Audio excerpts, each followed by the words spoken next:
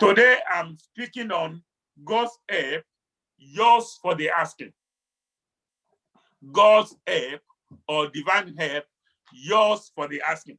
That means God's help is readily available if you are asking. You just have to ask. Like Jesus Christ said in Matthew 7:7-11, ask, it shall be given you. Seek, you will find. Knock, and it shall be opened unto you. For everyone that asks receives. Whoever seeks finds, and to you that knocks, it shall be opened. So God's help is there. It's yours for the asking. Amen. I pray you will begin to know how much you need God's help and ask for his help in the name of Jesus. Amen. Because that's one of the challenges of man.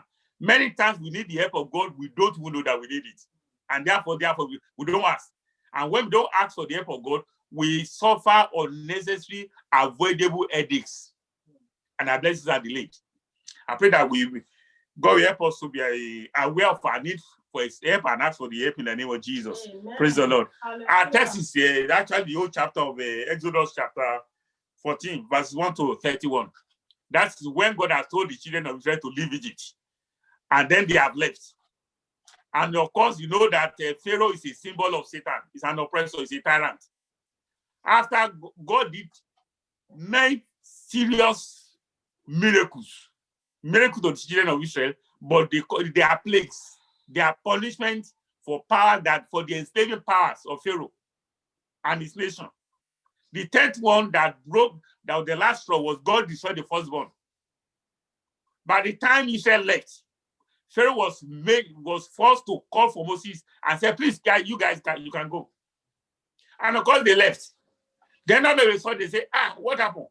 How can we let Israel go from serving us? Because the economy rested heavily on Israeli slave labor. God's people have been abused, been oppressed and kept under. The economy will be destroyed. They are our slaves. Free labor, cheap service they give us. And therefore they began to pursue. And that's what took us to the subsequent events is what chapter 14 tells us.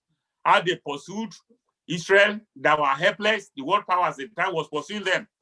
And they were suddenly they found themselves between the devil, between the, how do they put it? Between the devil and the deep blue sea. You understand? Pharaoh was coming to enslave them, bring them back to captivity. And there was rest in front of them. And they cried to God. And God told Moses, I'm in charge. And then the rest is history. You know, we all know the story anyway. And God parted the Red Sea, and the enemy was still stubborn, pursuing God's people, and they were drowned in the Red Sea. And the Bible says Israel saw their dead bodies on the other side of on the seashore. Praise the Lord. Hallelujah. That's our topic for the day. Amen. Amen. Our theme for the month is qualifying for God's help. And it's provoked by the fact, revelation that the Lord gave, that is going to help somebody this year. That 2021 is going to be a year of divine help, God's help or divine assistance. Praise the Lord. I pray that will be your experience in the name of Jesus, that you will count your blessings. You will lose count of your blessings. Amen. God will multiply his miracles in your life. Make so many divine interventions in reality in your life. Amen. And God will walk out of the closet with you, because that's what he did for Israel. That will be our experience in the name of Jesus. Amen. Praise the Lord. Amen. So discover that when we are talking about God's help, you will be needing, I said you're needing God is when. It's a case of when, not if. Regarding God's help, as an individual, you need God. Your family needs help. We spend this time, the part of this service, to pray for the country. Everybody knows that we need help right now. Look at this COVID-19, for example. Is it not amazing? The expert prediction was that they'll be picking dead bodies by the gutter in Africa. That at least 100,000 people are going to die in Africa. And of course, why we didn't say that? Because they felt that the developed world, they are scientific, they are advanced, they are mature, they are capable. Fast forward 1 year into COVID. You know the joke is on the Western world right now. America is almost eating for a quarter of 400,000. Britain is inching towards 80,000 right now. And yet, in the whole of Africa, I'm not sure up to 10,000 people are dead by now from COVID. What's the difference? Because people pray in Africa, they don't know, and God have mercy upon us. Amen. It's very sad, but that's the truth. So that's how we are praying right now. Somebody wrote sent something to me last week that maybe Boris Johnson is called for a day of national prayer. I was delighted to receive it, and they said they want what's your view on this one. I said, praise God, that's what we have been praying for. Amen. Praise the Lord. So what we have seen is that when people feel that they need God's help and they plead God's help, it does make a huge difference. Amen. It may not be your circumstances that determine what happened to you, but the help of God can be the game changer. Amen. I pray that this year, God's help will be a game changer for every one of us. In the name of Jesus. Praise the Lord. So it's a when, not if you are going to need God's help. It doesn't matter whether you are rich, whether you are powerful, you understand, whether you are well connected, whether you have everything. Trust me, it's not every challenge or problem of life that money can buy. It's very sad. Look at this man that died about 3 or 4 years ago, the iPad man, Steve Jobs. If money would have availed, he was one of the richest men in the world. He will still be alive today. So it's not every problem that can throw money at. Praise the Lord. Even the heaviest person, they can suddenly be hit by medical challenges that money cannot sort out, will not be able to sort out. Praise the Lord. So we need divine help as long as we are here. Amen. Praise the Lord. Say, why you still need God's help? Because we lost paradise. Paradise has been lost. Man was created in paradise, in the Garden of Eden. There's a way theologians have described the Garden of Eden. They say it's the spot at which heaven kissed the earth. Where heaven met, where God's presence touched the earth. That's what Garden of Eden. That's why theologians look at it. And God was always there. In fact, my own personal description of Eden is that you have a house and then you have a garden behind your house. You know that in real estate and in law, that garden is part and parcel of your property. Praise the Lord. So if the house is heaven, you understand, the garden, the back garden was the Garden of Eden. But we have lost it.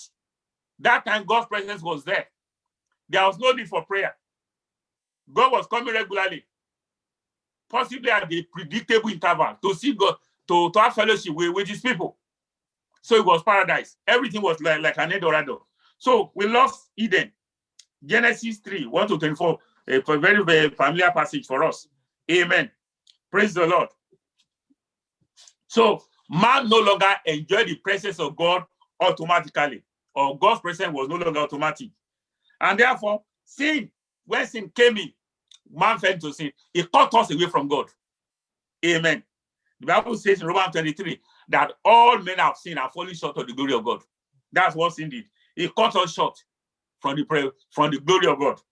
Isaiah 15:1-2. He says, behold, the hands of God, they are not so shorty that I cannot reach out and save us. He said, his ears are not heavy, that I cannot hear when we are crying unto him. But our sins are separated between us and our God, so that I cannot hear. So many times we are crying unto God, but sin is a blockage. The light of God wants to shine through us, but sin is like an opaque object. It's like a rock on the path of light. If you shine your light towards me, if I'm in the dark and I'm crying, and you shine your light through me, but I'm behind a rock, I cannot see your light. And that's what sin does. It's a barrier between us and God. Amen.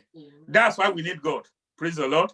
And another reason why we need God is that when God created man, he gave man dominion automatically.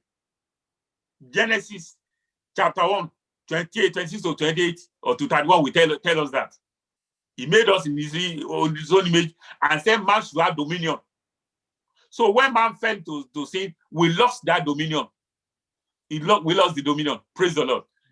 The funny thing about dominion is what that a lot of people miss is that when God has wiped out the first generation and preserved only Noah and his family, 8 people. When Noah came out and God renewed the covenant, and when God recommissioned the world, recommissioned man, do you know what? The word dominion was glaringly missing in the mandate that God gave man. If you compare what he told Noah with what he told Adam and Eve, dominion was missing.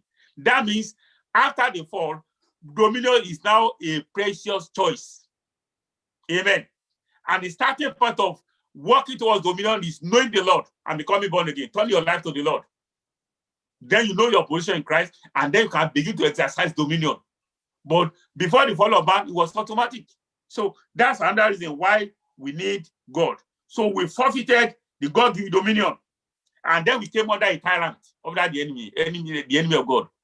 We came under Satan. Amen. Praise the Lord. What's another reason that we need God say? The creation and nature have become cursed. If you read Genesis chapter 3, God said, curse is the ground for you. Curse is the earth. And so many other things. Like sicknesses and death that's our regular experience right now as human beings. They were not part of God's original design. Amen. Praise the Lord. So nature have been cursed. Actually, if you read Romans chapter 8, 42-23, he said the whole world, the whole creation is groaning and travailing until now, waiting for the manifestation of the sons of God. Can you imagine? Do you know why they call somebody who has mental problem? They used to call them lunatic. I didn't think they still use the word. Why? Because Satanists, they program things into the sun. Sorry, into the moon.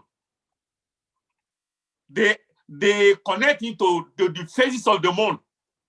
So that when a certain phase of the moon come out, the person loses their intellect.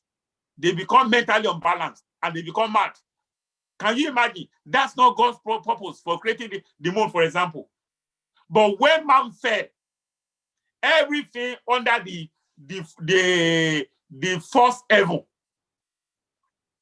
praise the Lord, everything under the first heaven was given to man as dominion. It handed over to man. It is a realm that controls everything that happens in this world. Praise the Lord. So that realm, Satan took over it. The second realm is the realm of the evil spirits, where Satan comes down and tempt people. Praise the Lord. Hallelujah. So Satan, from the dominion that God kicked him to, he controls our dominion. Praise the Lord. But the good news is, if you give their life to Christ right now, you understand. The Bible says, it says you are in Christ, you are assisted with Christ in the heavenly places. In the third heaven, that's the realm of God, the throne of God. That is where you are spiritually. Amen. That is the headquarters. When you wire things to God, when you call for divine assistance, the phone rings in the third heaven, the highest place. Amen. And then God comes down to help you. Praise the Lord. I pray that we know our position in Christ in the name of Jesus. That's why the Bible says that this person who's the freshest believer that just give their life to Christ, he has Satan under your feet. The challenge is that many believers don't know our position in Christ. Amen. The Bible says the Lord has put all things under the feet of the Lord Jesus. Amen. So if you are giving your life to Christ right now, presumably maybe you are a cell under the feet of the Lord Jesus. Amen. As lowly as that one may be, trust me, you are still under the head of Satan is still under your feet. That is it. That's the beauty of knowing the Lord. Amen. Praise the Lord. Why do you need God said? Because the devil has agents all over the world. The agents are in your family, in your neighborhood, in your place of work, wherever everywhere, because Satan wants to enslave man. He wants to subjugate man or keep man under. And then you'll be running to these agents who have a contrary agenda to God's program for your life, and they want to keep you under. Amen. Praise the Lord. And of course, because of God's mercy, he knows our friends that they are weak. He knows the opposition against us. Amen. And that's why he wants to readily help us. Amen. Praise the Lord. If you read Jeremiah, he said, call upon me the day of trouble and we answer you. It's like Psalm 50. Praise the Lord. He said, whosoever call upon the name of the Lord shall be saved. God knows that you have the enemy to contend with in the world, and that's why He will readily help us. Amen.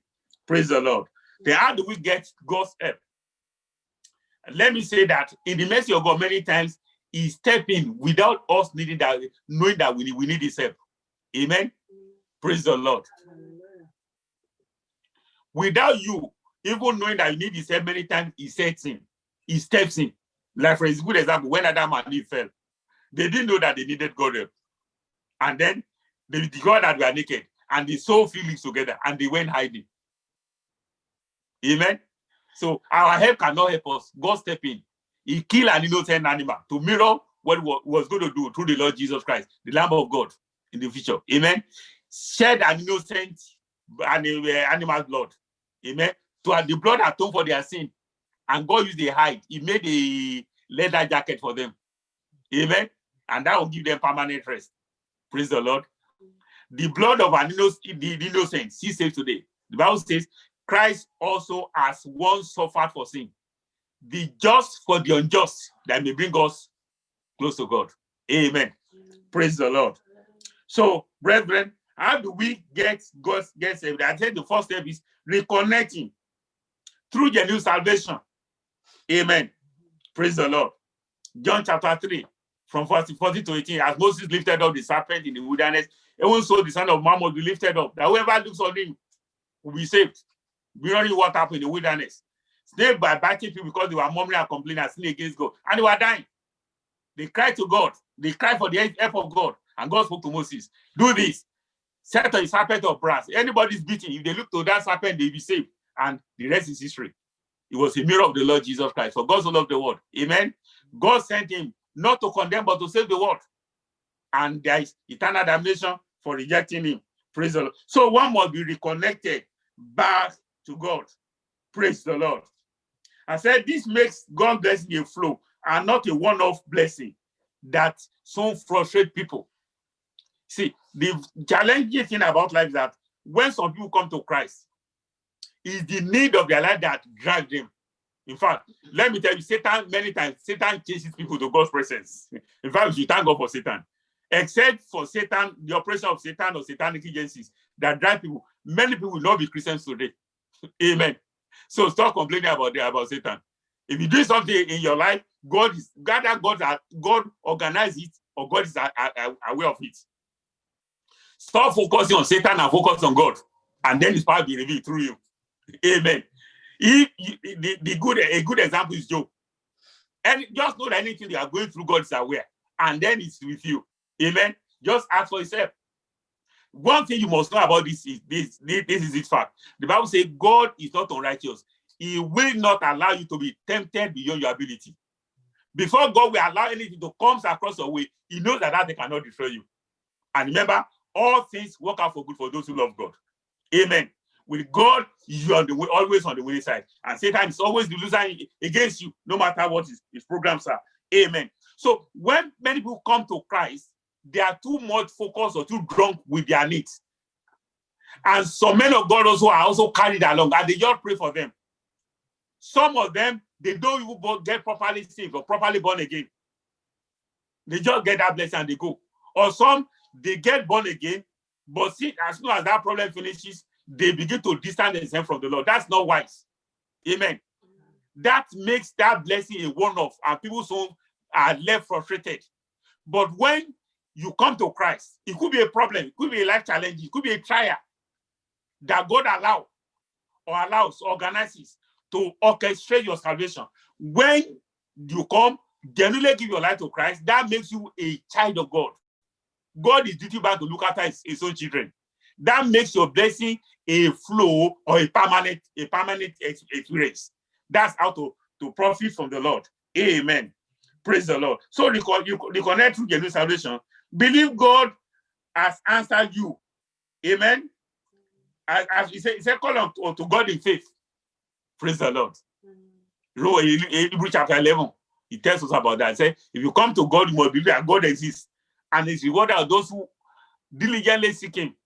He said, call upon me and I will answer you. Praise the Lord. He said, whosoever will call upon the name of the Lord shall be saved. Amen. He said, it shall come to pass. Isaiah chapter 65, verse 23. He said, it shall come to pass. Before you call, I will answer you. And while he's speaking, I will turn around the situation. I will intervene. Call up unto God in faith. Amen. Believe God has answered you and expect his solution. Many people, they cry to God, they see me as a blessing. Why? Because God has answered them, but because the situation doesn't seem to change suddenly. Like they throwing the switch of a light, and darkness just vanishes in the room. Many times God doesn't operate like that. So they pray, they believe God has answered them, but for the next few hours, or for the next few days, or for the next few months, look, that situation has not changed. Then they begin to doubt. They begin to doubt. They begin to look for alternatives. They begin to worry. They begin to allow fear. And the Bible says, fear has torment. What fear does is that as faith opens the door to God, fear opens the door to the enemy. And then they miss out on the blessing. So when you cry to God, you are asking for what is his will for your life. Things that we bring out his glory. Christ said, ask so that your joy can be full. Things that will make your joy to be full. When you pray, and the Bible says, when you ask for anything according to the will of God, he answers us. You are not asking to go and commit sin. God will answer you. When you pray like that, believe God and expect answer. And when you expect answer, what you say in your mouth will confirm to people. People will see you, they follow, they say, that problem, we know you are going through challenge. That problem is still there, blah, blah. You say, so my brother, please, don't mention that problem. That problem has become history. God has intervened. Just say God is sorting it out. You begin to confess the word of God. You begin to confess what God has said about you. And that one makes everyone happy. Amen. Praise the Lord. And then that one provokes God to intervene. Amen. Because when you confess the word of God, you already put God on the spot.